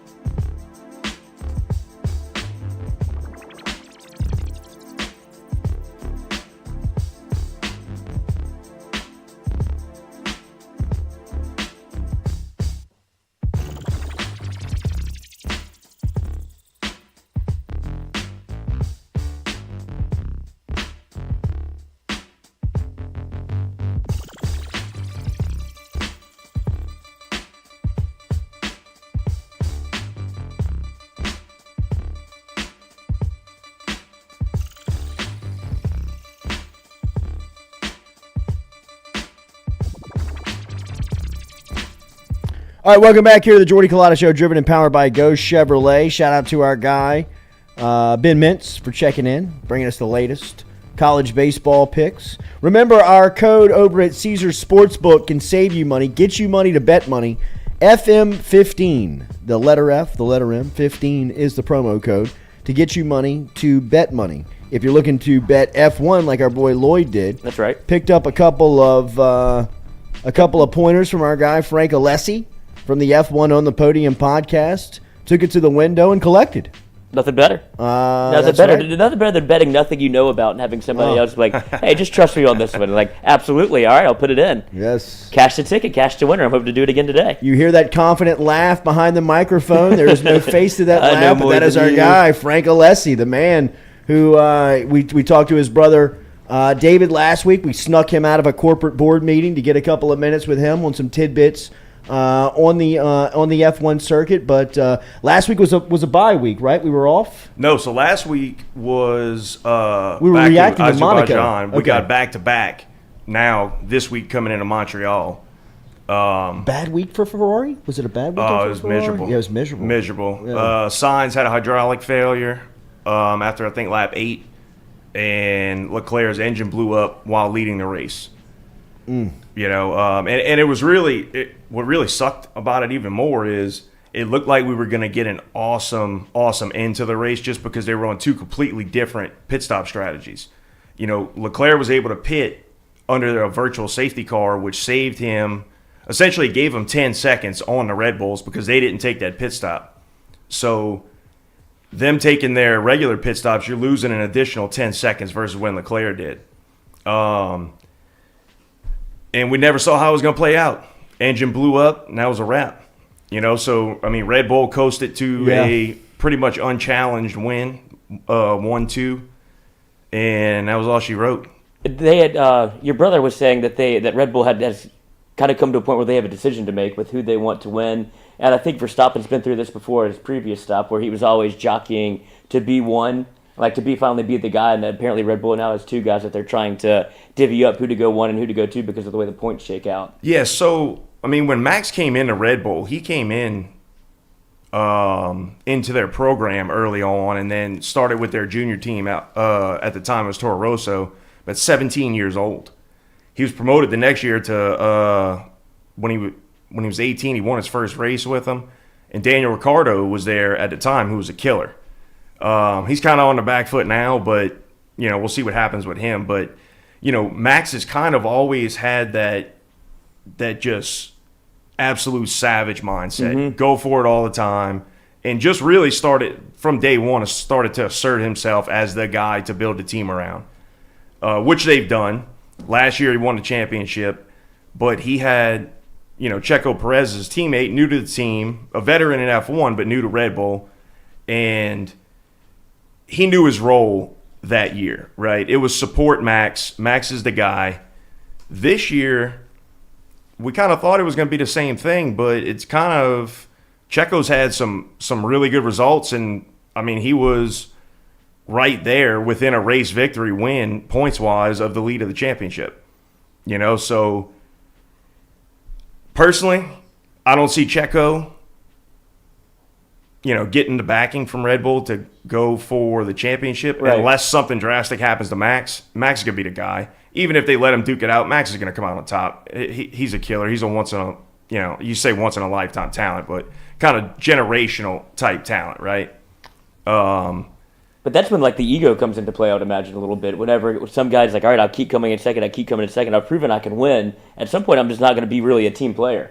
Exactly. And you kind of start to see a couple, the first chinks in the armor over the past couple weeks with that, where they pulled team orders in Barcelona, where they made Checo get out the way from Max and let him through, and then wouldn't let him through when he was quicker. Right. Essentially they put Max ahead. In Monaco, Checo was ahead. There was a little bit of controversy with Max's dad saying he should have got the strategy. He should have looped him around. Max's dad he was an F1 driver. He created his mom was a pretty intense racer as well. Wow. But so he's like the chosen one. Max was groomed. Jos Verstappen, Max's dad, built a machine with this kid. It was just from day one, you're going to be an F1 champion. Oh, wow. And that's his whole mindset. I mean, he's just a killer. Wow. Jonathan Moxon's dad. Who was the robo quarterback from Todd Marinovich. Todd Marinovich project is kind of essentially this is what you're going to do. But Marinovich's dad was like a bodybuilder. I mean, it sounds like this guy comes from the bloodline. His mom and his dad is F1 drivers. He had no choice. Yeah, well, his mom was karting. And from everything I've heard, it's all European stuff. Sure. I mean, there's nothing going on here, but sure. Everything I've heard, she was super talented on the karting circuit in Europe growing up. And back then, I mean, there was really nowhere else for women to escalate to in those days, So she just went about her life, but the dad he was never on the level that Max is. But, I mean, he was solid. He used to call him Yos the boss. Oh, nice. But he kind of has that same mindset as Max. I mean, just, don't give a damn about anything or anybody. Right. Just kill mode all the time. Right. A lot of fuckets. Oh, yeah. What is it porpoising? Porpoising. Yeah. So it's an aerodynamic phenomenon that happens with these new generation of cars, where essentially, in layman's terms, what's happening is porpoising sounds layman. Yeah. right. So essentially what happens is you all the wings and everything on the car create downforce to push it down. Well, these cars are ground effect cars, so it creates a suction on the bottom of the car to hold it to the ground and to keep grip. Well, once it gets to a certain point and drops or hits the ground or some, whatever causes it, it loses that grip. It loses that suction and it pops back up. And once it pops up and it gets higher, it catches the air again, goes back down. Well, when you're doing 200 miles an hour, that happens insanely fast. And you're seeing it's happening pretty severely with these cars, with just about everybody but Red Bull. And it's creating some kind of a lot of controversy now with the drivers because it's starting to – some of the guys are starting to feel the effects of it. Hamilton got out the car. He looked like an 80-year-old man last week. Because of the G-forces? Yeah, so they're saying that some of these, when it hits the ground, it's creating like up to 5 or 6 Gs of impact up and down. And that's happening 100 times down the straight, Jesus. like one pass down the straight. Dang. It's like Mario Kart when you hit the right bumper and you just kind of boop, boop, boop. Right. It's like Top Gun Maverick going over the mountain. Yeah, I haven't seen it yet, man. Whoa. I'm trying to get my little boy to go. Yeah. We just finished the first one with him. Nice. That's a good, seeing it for his first time, so we're going to go get it. Good play. He dies in the end. Good play. No. So, is this going to be? Is this about to be a problem?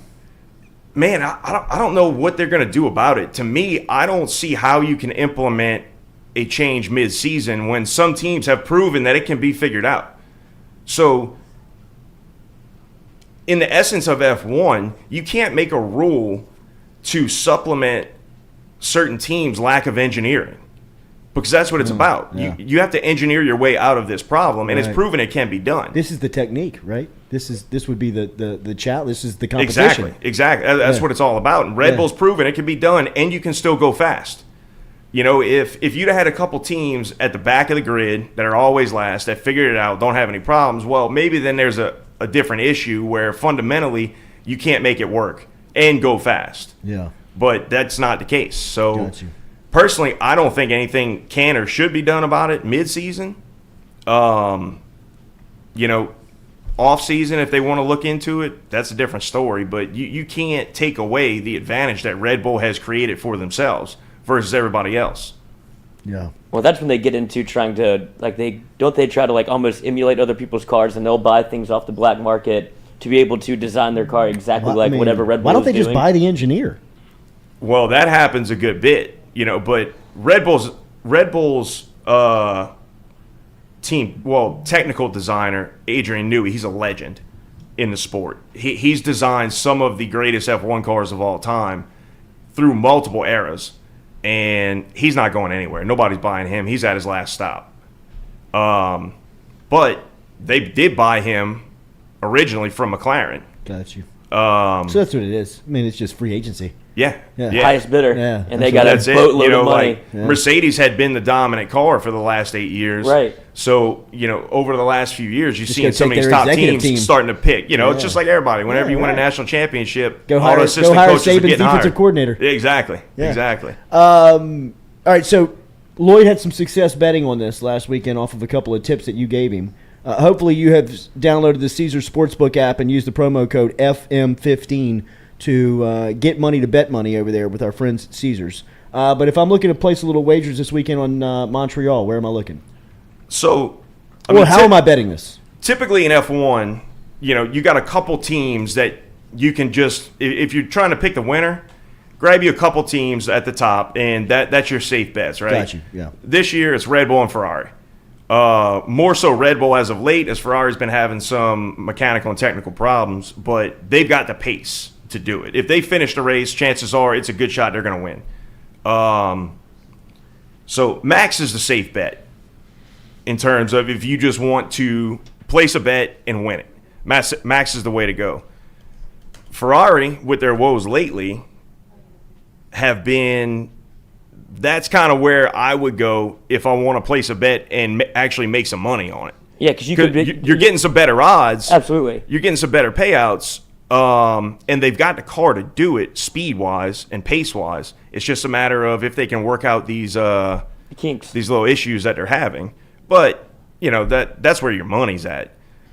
Because when you talk about, like, you can bet this, I've never seen this before. This is my second time looking at F1. You not only can you bet on the person to win, but you can bet on the manufacturer to win. Right. So when you look at the odds for, like, the top manufacturer, it is Red Bull at minus 335. So you have to bet $335 to win 100. But then you see the odds flip immediately with Ferrari, which you say is probably like can run with the Red Bulls of the world. That's plus 220. So the odds shift dramatically. And if you want to take a shot at one, why would you not go Ferrari as opposed to the juice isn't worth the squeeze with Red Bull? And that's like the only reason it's like that is just because of their problems as of late, with having engine issues. Right. Had that not been the case, they'd be the same as Red Bull. So that's why to me that seems like the better bet. If you're not scared of losing a couple bucks if they blow up an engine. Sure. But I mean, it's going to pay you. Something else to take into account if you really want to try and go big is, you look at the weather reports for the races. And whenever there's a wet race, crazy things always seem to happen. It's never just straightforward. You put a tire wrong, you flip it around, you're out of the race. If it starts raining during the race, then you're talking about really some guys from further back have opportunity to win. Because just pit stop wise, if you get a downpour on a dry track, the leaders may have just passed up the pits and have to do a full lap around, where you got a guy maybe in 6th or 7th place that can shoot right into the pits and never have to be on that wet track, losing 15, 20, maybe even more seconds if they don't spin, if they even keep it on the track. So this weekend I think there's supposed to be some rain. Up there in Montreal. Up in Canada. So it might not be a bad one to kind of take a shot at somebody a little further back with some pretty serious payouts. Wow.